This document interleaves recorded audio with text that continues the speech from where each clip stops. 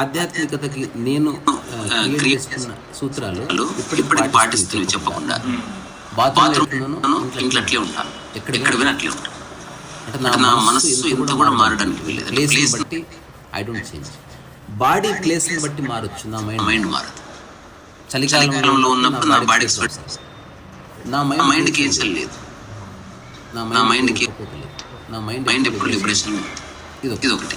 రెండోది రెండోది బాత్రూమ్ ఎట్లా కడుగుతున్నావో అదే శ్రద్ధతో దేవుడి ఫోటో కూడా కడిగేవాడు ఒకటని తెలుసు.